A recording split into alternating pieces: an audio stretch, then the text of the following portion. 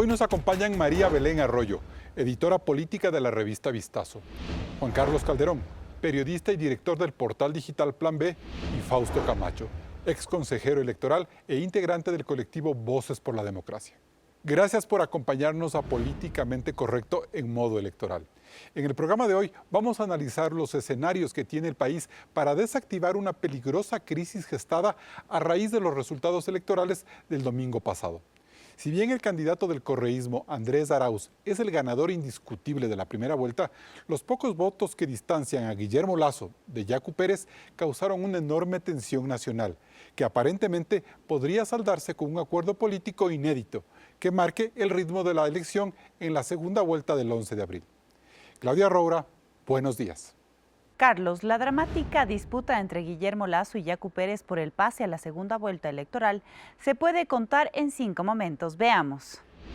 Domingo 7 de febrero, 5 de la tarde, los exit poll de Cedatos y Clima Social anticiparon la victoria del correísta Andrés Arauz con puntajes de entre 34,9 y el 36,2%, seguido por Guillermo Lasso con estimaciones entre el 20,99% y el 21,70%. Ambas encuestadoras ponían a Yacu Pérez en el tercer puesto, entre el 17,99 y el 16,7%. A las 21 horas de ese domingo, la presidenta del CNE, Diana Tamaín, dio los resultados del conteo rápido del organismo con el 90,4% de la muestra seleccionada. Arauz obtenía 31,5 puntos. Yacu Pérez pasaba al segundo lugar con el 20,04%, seguido de Guillermo Lasso con el 19,97%. Yacu celebró su votación, pero anticipó serias irregularidades en el escrutinio. También cuestionó el trabajo de los exit poll. Pero pocos minutos después, el vicepresidente del CNE, Enrique Pita, leyó un nuevo reporte del conteo rápido, con el 97% de la muestra. Ahí, Lasso subía al 20,05% y Yacu caía al 19,85%. Andrés Arauz cuestionó al CNE por difundir resultados que reflejaban un empate técnico en el segundo lugar, generando incertidumbre política.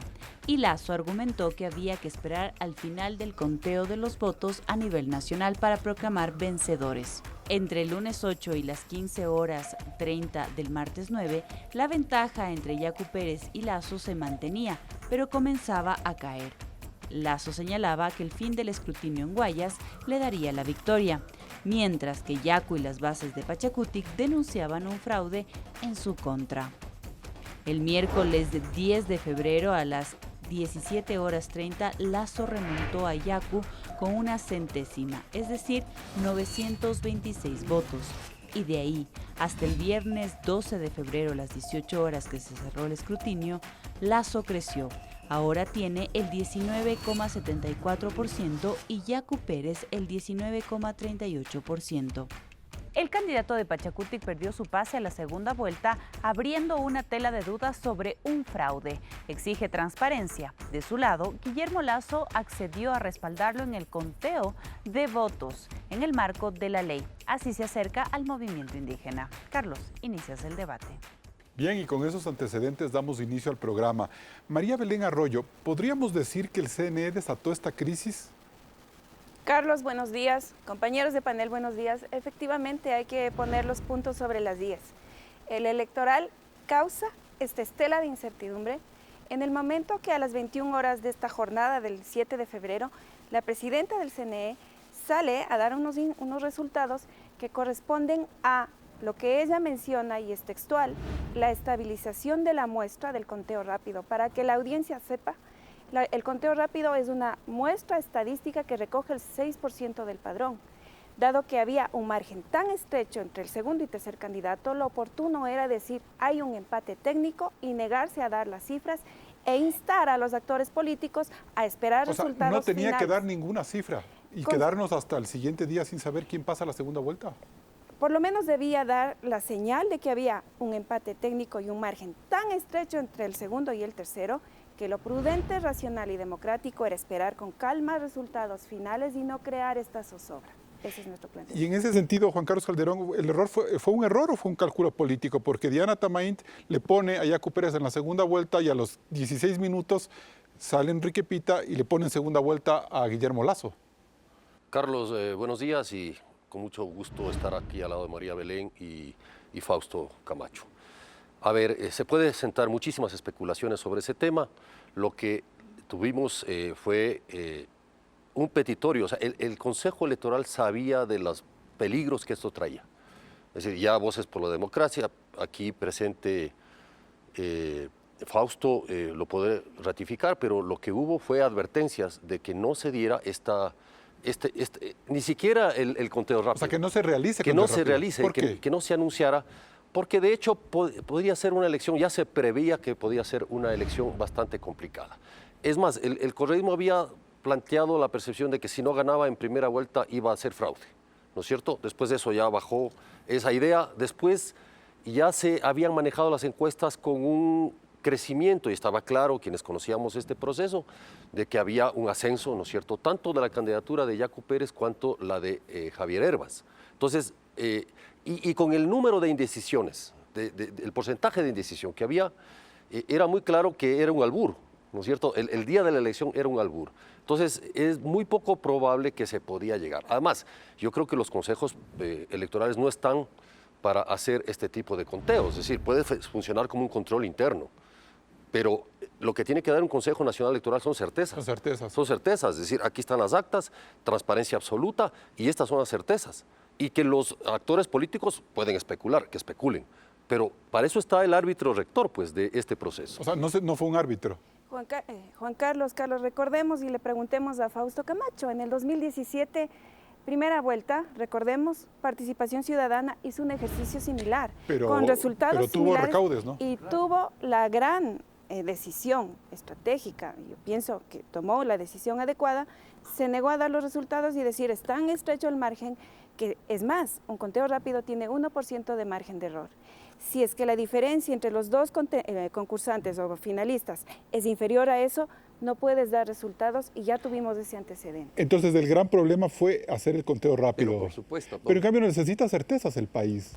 Necesita certezas y las certezas no significa velocidad. La velocidad puede ser enemigo de la certeza y lo que sucedió en este caso tiene que ver con aquello. ¿Por qué? Porque efectivamente no hay norma en el Código de la Democracia que le pueda decir a la autoridad electoral, entiéndase al CNE, que haga un conteo rápido para difundirlo. Como ya lo dijo Juan Carlos, puede hacerlo como un mecanismo de auditoría de su propio trabajo. Pero no funciona como una suerte de contrapeso a lo que suelen hacer los exit poll también. Es decir, la necesidad de que a las 5 de la tarde la gente sepa por dónde van los tiros. Es que muchas Nos veces hemos no se sabe acostumbrado por dónde como van los sociedad a tiros. hacer El eso. rato que estamos hablando no de escrutinio, estamos hablando de una proyección de una muestra estadística de 2.600 actas de las 40.000. Y entonces, aquí tengo los datos de las 2.600 y proyecto para saber cómo será el comportamiento de las 40.000. ¿Y usted cree que eso fue usado políticamente por Diana Tamaín en un primer momento y 16 minutos después por Enrique Pita? En el caso de la segunda intervención, a no dudarlo, en el caso de la primera, yo presumo, no tengo certeza, de que eso debieron haber conocido todos. Porque se presenta el Pleno del Consejo Nacional Electoral con un informe Pero les dan unas de la Dirección de bolsitas. Estadística. Dan unas sobres de papel, o sea, parecería que ese rato lo habrían, no sé. Puede ser, pero nunca nos han aclarado aquello. Pero si es que es el Pleno del Consejo el que va a anunciar, es de suponer que el Pleno del Consejo conocía aquello. Pero ahí hay además una falla técnica, ¿no es cierto? Porque dice, ya está estabilizada la muestra, eso leyó Diana Tamaín. Pero creo que un compromiso era estabilizarla por lo menos al 93%. No, es que la estabilización no es dependiendo del porcentaje de cuánto Sino de la cantidad de votos. Sino en qué medida ya se mantiene la tendencia sin modificarse al haber ingresado el 80%. En algún caso puede suceder aquello, pero ahí hay una equivocación técnica en el procedimiento. Pero insistamos, eso no debió haber hecho Juan nunca Carlos, el CNE. ¿y cómo juega Yacu Pérez ante ese hecho? ¿También se apresura a cantar victoria o es normal que lo haya hecho? Mira, nosotros todos, creo que todos los que vimos esa cadena nacional, porque además fue cadena nacional, con la solemnidad de los 5 consejeros, de todo eso, todos los que vimos eso, escuchamos que Yacu Pérez estaba en segundo lugar. Y es más, estableció un margen, ¿no es cierto? Este segundo lugar, y era inferior y superior, y el superior igualmente superaba a Guillermo Lasso con 2,04. Me acuerdo clarito la cifra. Perdón, 20,04. Y se quedó la percepción ciudadana de que Yacu Pérez estaba en segundo lugar. Y eso es difícil quitarlo luego. Estamos viendo lo que ha pasado. Es decir, no puedes quitarlo porque eso fue la voz oficial, ¿no es cierto?, del Consejo Nacional Electoral, de su presidenta, de los 5 miembros en cadena nacional. O sea, que 16 minutos después, el doctor o arquitecto, Enrique Pita, haya tomado, no sé si lo hizo obviamente personalmente, mandado por el Consejo, nunca explicaron eso. Establece otras cifras, eso ya pasó desapercibido, la verdad. Lo que queda es esa imagen, ese segundo lugar. Y claro, el impacto político es ese. Perfecto, y de eso vamos a hablar luego de volver de este corte comercial. Siguen Políticamente Correcto. Recuerde que Políticamente Correcto se retransmite en Radio Suceso 101.7 FM Quito. Regresamos enseguida con más de este análisis. No se desconecte.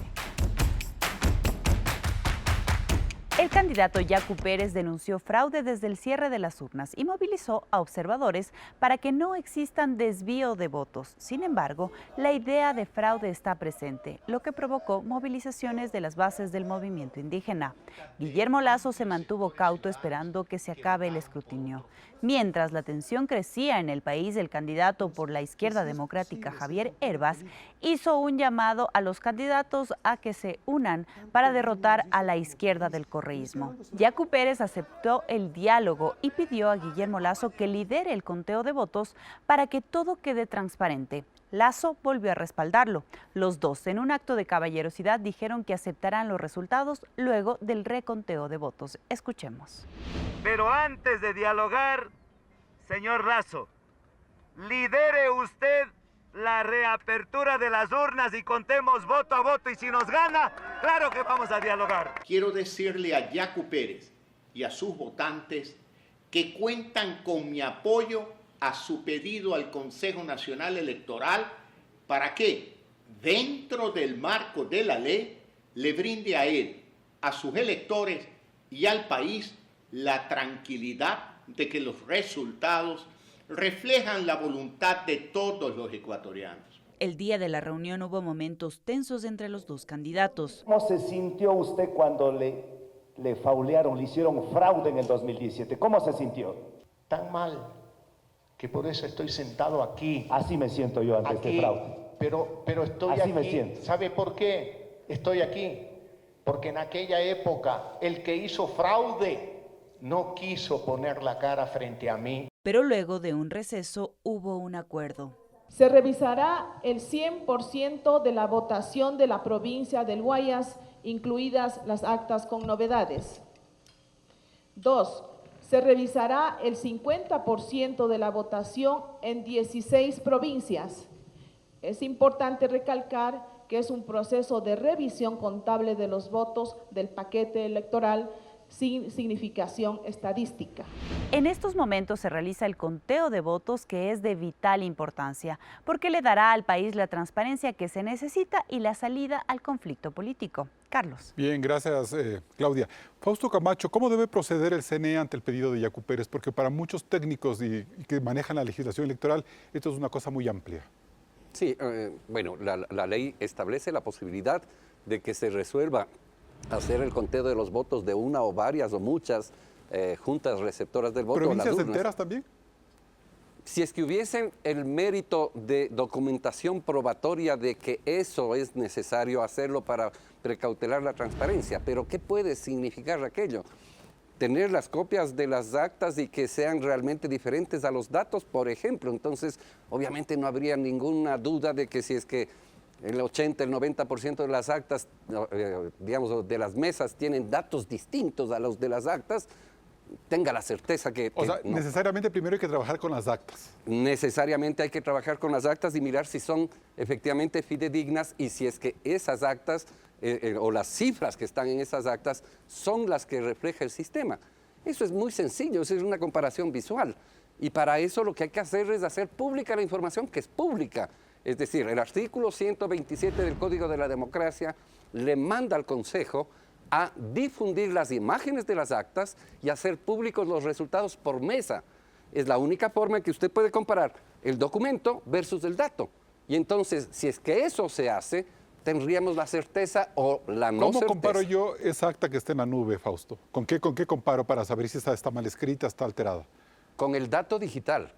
O El sea, dato porque la imagen es una copia, es una foto del documento físico que reposa en cada provincia, pero es el documento. Y que si no el es- error está en esa parte original, en esa Bueno, foto. si es que está ahí en esa parte original, corresponde abrir la urna porque hay un error que no cuadra. Esas son las inconsistentes. Esas son las que significaron algo así como 13,000 actas en total, ¿no es Ya. cierto? Y eso es mucho para estas elecciones. Es un poco más de lo normal, Promedio. particularmente en la provincia del Guayas, pero si es que está en la inconsistencia, ahí está la Bien. inconsistencia. María Belén, dada la presión de tantos sectores, ¿cree usted que el CNE tendrá que dar paso al pedido de Yacu Pérez? ¿En qué sentido? Porque si les dan menos de lo que Yacu Pérez plantea, el movimiento indígena no se va a quedar tranquilo. Carlos, es importante empezar diciendo que en este momento hay una actitud de diálogo de las dos antípodas ideológicas y políticas de Ajá. este proceso. Estás hablando del candidato que representa la derecha conservadora y el candidato de la izquierda progresista. Y ellos dos han expresado una voluntad expresa de abonar a este proceso de reconteo. Creo que eso es importante y hay que empezar señalando. Si los dos actores que estarían este rato en disputa y están en extremos ideológicos tienen una actitud del diálogo, lo prudente, lo saludable y lo democrático es que el ente electoral que originó la falla de este proceso tenga esta apertura y esta capacidad de hacer pública y transparente Pero va a la haber información. unos límites legales, María Belén, porque no podemos tampoco suponer que van a abrir todas las urnas o van a hacer nuevas elecciones en esas provincias como plantea Yacu Pérez. O sea, hay un planteamiento súper amplio, ambicioso de Yacu Pérez que no se va a poder necesariamente cumplir. Por lo cual, y eso puede debilitar justamente- el acuerdo que tú dices. Por lo cual, justamente, el reto de la organización política que está impugnando es demostrar, ya que está diciendo que hay inconsistencias, tiene que dar con especificidad, parroquia tal, junta tal, mesa tal. Aquí encontramos estos problemas para empezar esta vez un muestreo del problema in situ, detectado, proceder en última instancia a abrir la urna. Y creo que nuevamente se impone, dentro de los límites legales que los debe tener muy claros aquí Fausto Camacho, saber que esta vez la celeridad no es el factor fundamental. Cierto es que estamos en vísperas de un carnaval, de un feriado, y este país tiene experiencia de novedades políticas en carnaval. En 1972 cayó en un carnavalazo un gobierno aquí. Pero esta vez nuestro llamado es que haya un carnaval por la democracia, una apertura, un conteo saludable que le dé una sensación de seguridad al candidato que está impugnando los resultados. Juan Carlos, ¿y tú crees que Yacu Pérez va a tener esa madurez de aceptar la forma en la que se cumplan esos requisitos y también Guillermo Lasso, en cuanto ya a la parte política? Bueno, yo creo que Yacu Pérez de alguna manera responde al movimiento Pachacutic, que tiene una forma distinta de tomar decisiones de lo que podría ser un partido como Creo. Me refiero que no es tan fácil tampoco, por ejemplo, llegar a un acuerdo, ¿no? Si es que no pasa por un debate también interno dentro de Pachacuti, incluso la CONAIE y los movimientos sociales. Claro, no todos son votos, obviamente, para Yacu Pérez. Hubo mucha gente mestiza, obviamente, que votó por la propuesta alternativa de Yacu Pérez, incluso de Javier Hervas. Sin embargo, sí creo que es fundamental lo que planteaba María Belén, y es reconocer que primero están en las antípodas. O sea, no es sencillo. Yacu Pérez y el movimiento social e indígena tienen una agenda absolutamente distinta a la agenda de Guillermo Lasso. Pero Yacu Pérez le tiende la mano a Guillermo Lasso. Eso me parece que es un gesto importante, porque Es la un semana gesto, y pasada cuando tú no hablas lo de hizo. madurez, yo creo que hay que reconocer esa madurez. O sea, un candidato que además hizo una campaña absolutamente, digámoslo entre comillas, artesanal, ¿no es cierto? Comparado con las enormes cantidades de recursos que se lanzaron las dos campañas, tanto la del correísmo, que fue una explosión de recursos económicos, cuanto la de Guillermo Lasso, que tenía evidentemente toda una estructura, frente a la campaña de Yacu Pérez, que fue en la práctica hecha en bicicleta, en marchas, en movilizaciones. Creo que ahí vemos las grandes diferencias. Ahora, ¿qué papel debe jugar este momento el correísmo frente a esta disputa? ¿Esperar a que tranquilamente se defina en las otras Bueno, personas? lo que el correísmo está haciendo es separando a su candidato Andrés Arauz de Rafael Correa. O sea, mostrando por qué es lo que necesita hacer. Para la segunda vuelta... También hay un cambio estratégico ahí, ¿no es cierto? Exactamente. Están dorando la píldora. Dorando la píldora, mostrándole a Arauz como feminista, como animalista. Es decir, tomándose, como suelen hacer, tomándose las causas, ¿no es cierto?, sobre todo de Yacu Pérez, porque yo creo que su objetivo estratégico es capturar el electorado tanto de Pérez como de Hervas, que es un electorado que no quiere una agenda conservadora en este país. ¿Por qué hace eso, María Belén? Es importante lo que dices, Juan Carlos, y el país debe saber. En este proceso, el candidato del correísmo es el candidato de la izquierda en la definición político-económica, pero conservador en cuanto a valores.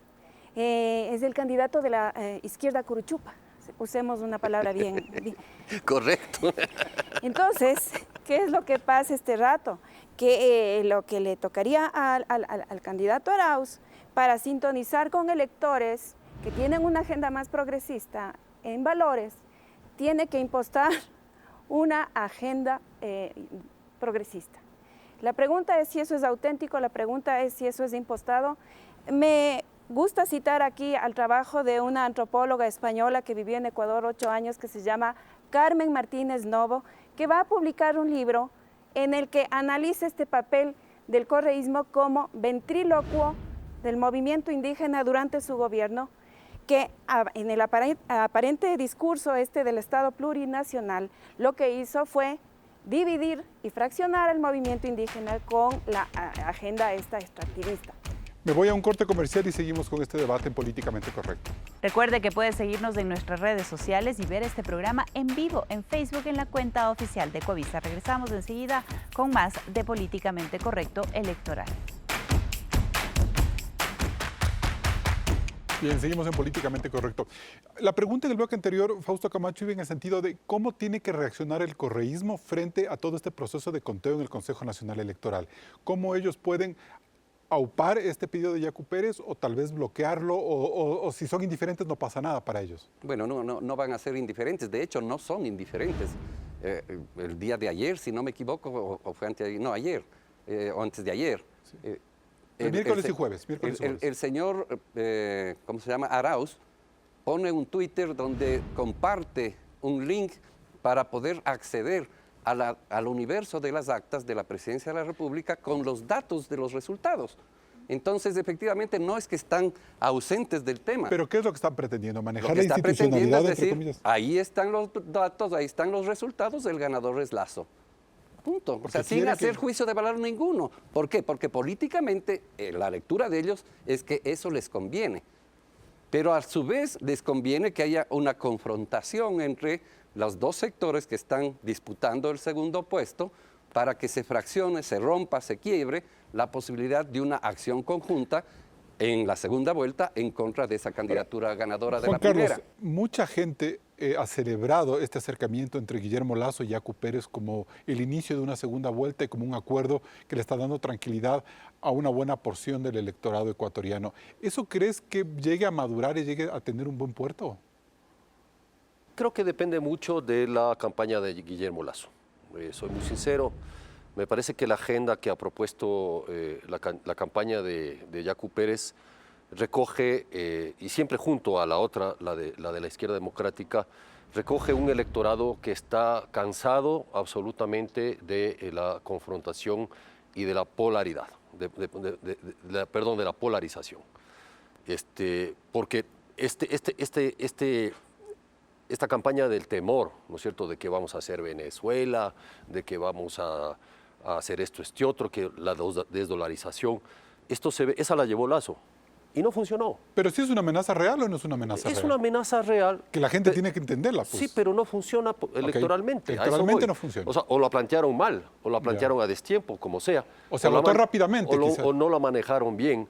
Pero lo que tienes es un resto de electorado que se considera de izquierda, progresista, no curuchupa, ¿sí?, que tiene valores modernos respecto al tema del aborto, respecto a las diversidades sexuales, y tienes un electorado en los movimientos sociales y movimiento indígena que tiene una agenda muy potente respecto al no extractivismo, respecto a la lucha por la tierra, a la lucha por el agua, y eso La campaña de Lasso tiene que entender... Si Lasso pasa la segunda vuelta, eso tiene que... Tiene que entender porque este es otro país. El país, y perdón, no quiero ser peyorativo, no empieza ni termina en San Borondón. Empieza en los páramos, termina en las playas y en la Amazonía ecuatoriana. Es un país hiperdiverso y tiene que ser recogida toda esa diversidad. A lo que yo voy es que depende de la campaña de Lasso. Si Lasso tiene que, si va a la segunda vuelta, evidentemente, tiene que recomponer no solo su estilo y su formato, sino su agenda. Y la agenda tiene que ser realmente inclusiva para todos los ecuatorianos, poniendo claramente cuál es el enemigo. Claramente cuál es el enemigo.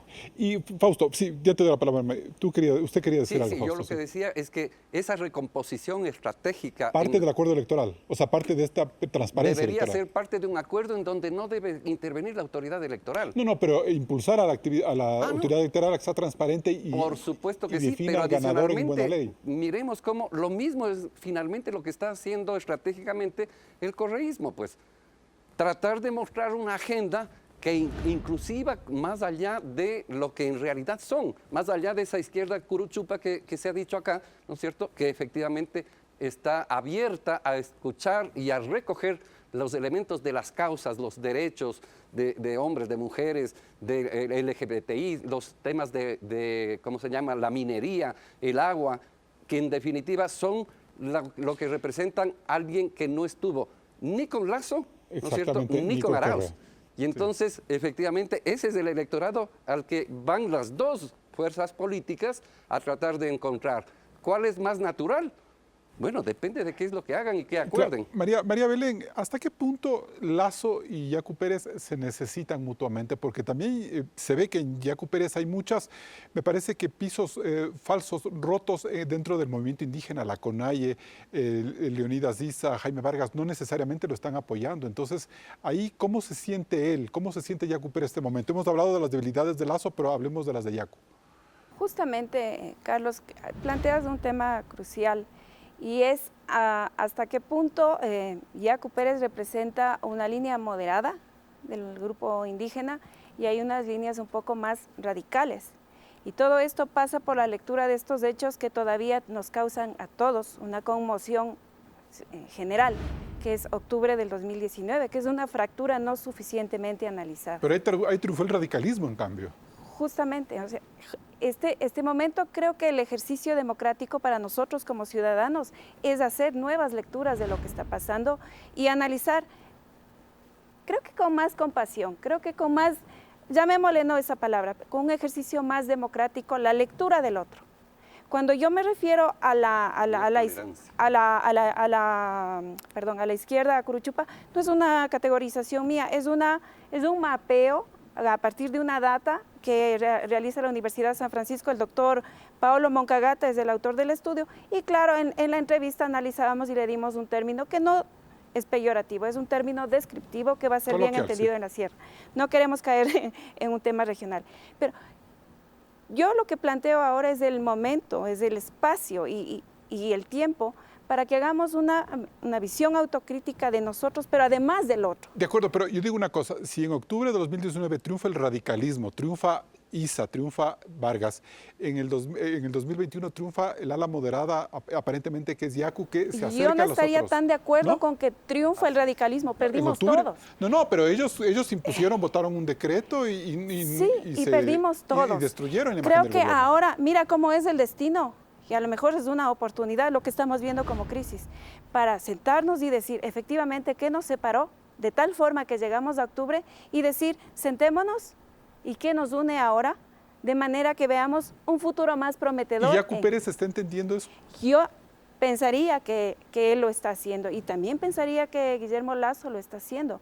Lo que más bien abonaría es que la sociedad esté acompañando ese proceso y que sea abierto y transparente. Pero yo creo que la sociedad sí se ha sintonizado con esta necesidad del diálogo, ¿no? Me alegra pensar que este momento estamos teniendo ejercicios de lecturas finas del otro desde la tolerancia. Fausto lo usó, le encontró la palabra adecuada que no me salía a mí. Pero me ha llamado la atención que hay personas de afuera que han puesto en duda inclusive la etnicidad de Yacu Pérez. Naciones Unidas declara que uno se autodefine como se perciba y eso es suficiente. En los años 50 te preguntaban, para hacer el censo, preguntaban si eres trabajador de una hacienda, si tu piso de tu casa es de tierra, para definir qué eras. Hoy hay una autodefinición. Y es curioso, ¿no?, que la izquierda de este español monedero pone en cuestión la identidad de Yacu Pérez, pero el hijo de Guillermo Lasso habla de la empatía en el debate del acercamiento. Recojamos eso como un hecho positivo, porque él se empatiza desde el momento que dice, sabemos lo que es esta sensación de que nos hayan fauleado, usemos una palabra coloquial, en las urnas, y por eso hagamos este ejercicio del reconteo. Me voy a un siguiente corte comercial. Siguen Políticamente Correcto. Luego del corte hablaremos de cómo queda conformada la Asamblea Nacional para el periodo 2021-2025 y la necesidad de las alianzas para lograr la gobernabilidad. Sigan conectados con Políticamente Correcto Electoral. La nueva Asamblea Nacional, que será posesionada el próximo 14 de mayo, estará conformada por 6 fuerzas políticas. UNES con 48 curules, Pachacutic 27, Izquierda Democrática 18, Partido Social Cristiano 19 y Creo 12. Los 13 puestos restantes se reparten en 5 movimientos nacionales y 4 locales. La Alianza Honestidad entre el Partido Socialista y Concertación, Ecuatoriano Unido y Avanza tendrán 2 asambleístas cada uno.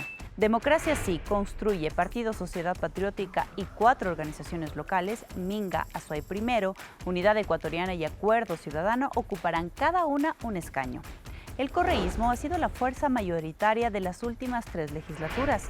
En el 2009 obtuvo 59 de los 124 puestos en ese pleno.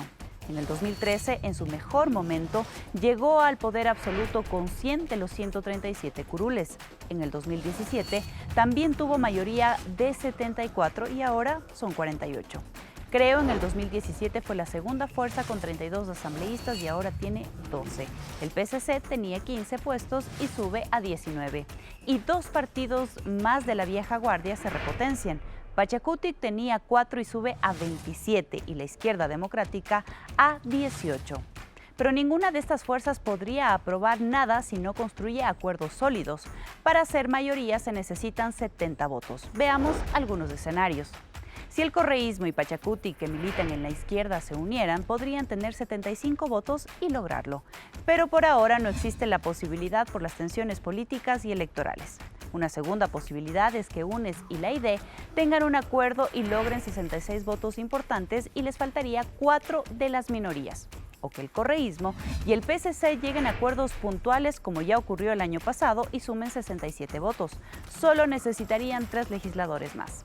También sería factible que la ID y Pachacutic se alíen y logren 45 sillas, y así sumen a todas las minorías, no sería suficiente. Desde la derecha, el panorama es más complicado. PSC y Creo solo tienen 31 votos y para sumar alguna fuerza necesitarían el apoyo de la ID y las 13 minorías alcanzando apenas 62 votos. Así que el panorama de gobernabilidad en la Asamblea es incierto, el cual dependerá también de quién gane la segunda vuelta electoral. Carlos. Bien, y de esa manera, Juan Carlos Calderón, ¿cómo construir un acuerdo? Ese acuerdo que surge ahora, que podría surgir ahora, debería plasmarse en esa legislatura de mayo. Evidentemente, yo creo que todos los acuerdos son posibles. Sabemos que en el Ecuador se mira a tostar granizo. Hay acuerdos, me acuerdo del pacto de la regalada gana, que es un acuerdo que parecía imposible entre Abdalá Bucaram y Jaime Nebot, y que se dio, ¿no es cierto?, por algunas circunstancias. Es decir, y los acuerdos no hay que satanizarlos, o sea, hay que ver las agendas que precisamente establecen esos acuerdos, y es posible juntar a la izquierda con la derecha en función del país, en función de la necesidad del Ecuador, de enfrentar la crisis, de enfrentar el tema sanitario. Por ejemplo, o sea, el tema de las vacunas, el tema sanitario del Ecuador, está en veremos hasta resolver quién gana la presidencia, pero de ahí va a ser el primer problema del nuevo presidente. Entonces, sobre eso hay que trabajar. Ahora, sentarse a que los partidos políticos y sus líderes dejen de sí mismos, dejen a un lado el egoísmo y actúen con generosidad, es necesario esperar. Sí, pero a mí me parece que lo que puede estar en debate puede ser, y me lanzo como una idea, puede ser que Pachacutic pueda tener la presidencia de la Asamblea Nacional, por ejemplo. Porque, ¿acordando con Lasso? Actuando con Lasso y con la Izquierda Democrática, porque ellos representan una votación, ¿no es cierto?, que se ha dado en las otras líneas. O sea, y me parece que, por ejemplo, por ahí pueda darse una salida, pero ese acuerdo tiene que significar también una agenda mínima. Yo creo que es la oportunidad, Así es. ¿no es cierto?, para que este país y estas personas que se van a sentar a hacer un acuerdo político, si es que se sientan, planteen una agenda mínima en que todos Pero, están de acuerdo. Juan Carlos, eso me parece válido y el abanico de opciones me parece amplio, en tanto en cuanto como ciudadanos exijamos realmente con altivez que estos pactos sean sobre la mesa y no debajo para lograr estas coaliciones fantasmas Sí. de las que habla Andrés Mejía Claro, Costa. Un Todo debajo de Arauz la- presidente podría tener en teoría más fácil la gobernabilidad porque tiene el bloque más grande. Tiene tendría más margen de Ya, maniobra. pero y ¿qué más pasa si Lazo gana la presidencia?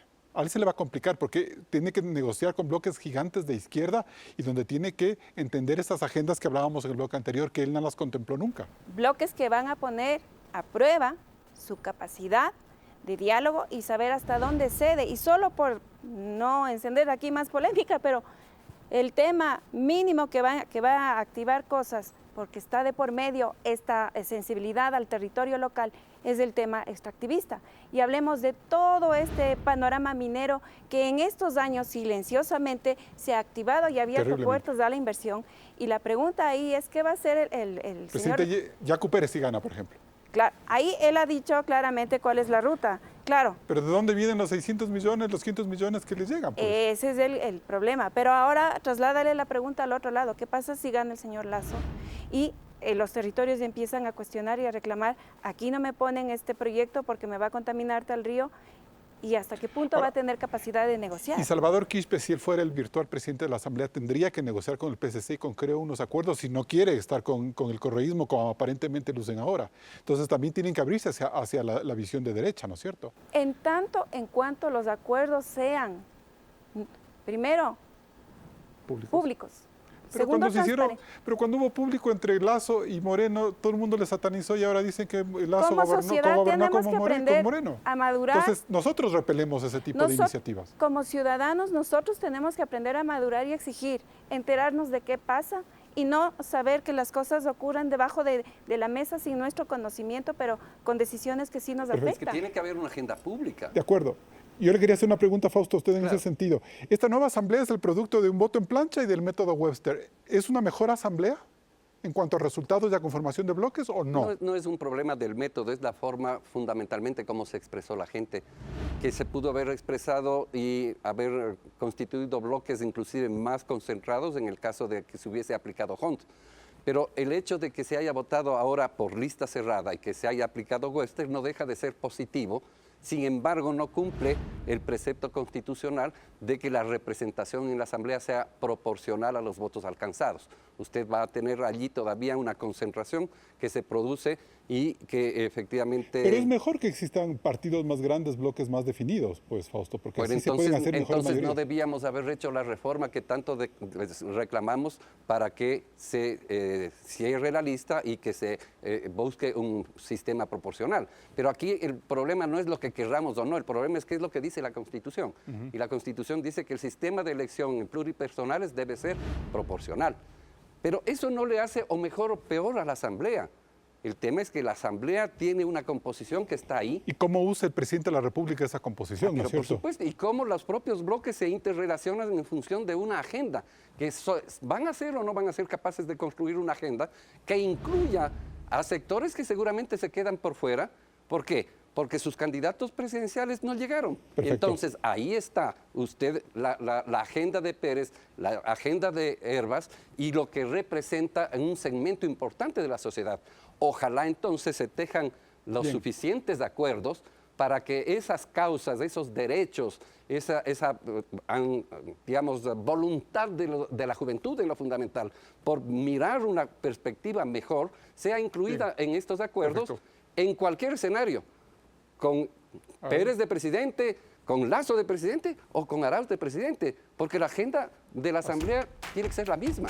Bien, nos vamos a un siguiente corte comercial y volvemos con las conclusiones.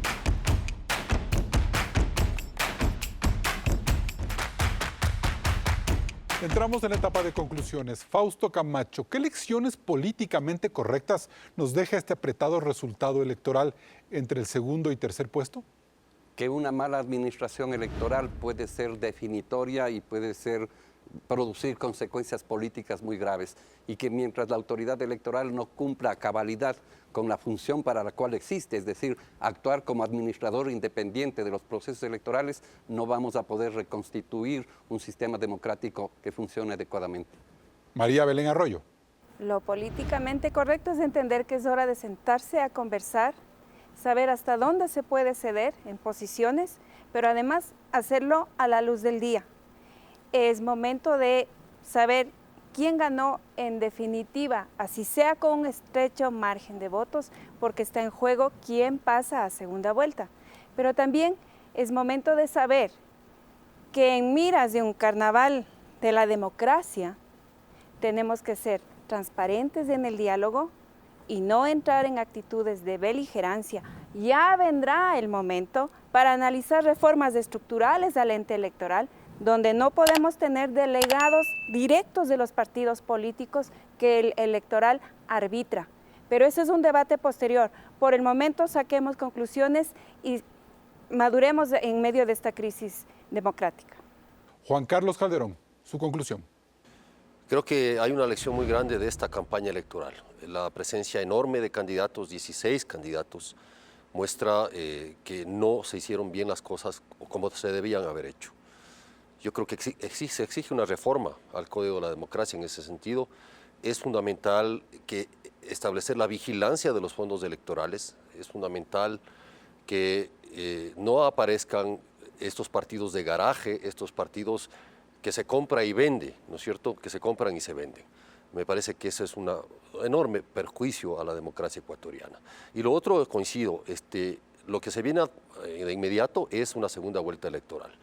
Y yo creo que el país debe ser consciente de lo que se está jugando en esa vuelta electoral.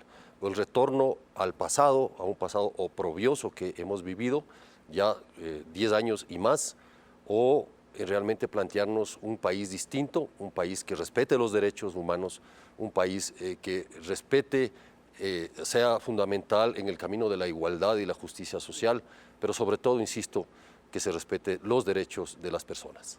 Y bien, los comicios de este 7 de febrero nos dejan lecciones técnicas y políticas muy importantes. La primera de ellas, la necesidad de que a partir de este escrutinio y de cara a la segunda vuelta, la transparencia sea el principal activo que cultive el Consejo Nacional Electoral. Es fundamental que quien llegue al poder este 24 de mayo lo haga con una legitimidad incuestionable. Por otro lado, está la apertura a un diálogo político iniciado por el importantísimo movimiento indígena y el centro derecha del país, que más allá de si pierden o ganan la segunda vuelta electoral, podría darle certezas a la próxima asamblea y sobre todo, sentar en el país la idea de que los consensos son importantes. Hasta el próximo programa. Con estas reflexiones cerramos este debate de Políticamente Correcto Electoral. Siga disfrutando del feriado de Carnaval y siga con la señal de Coavisa.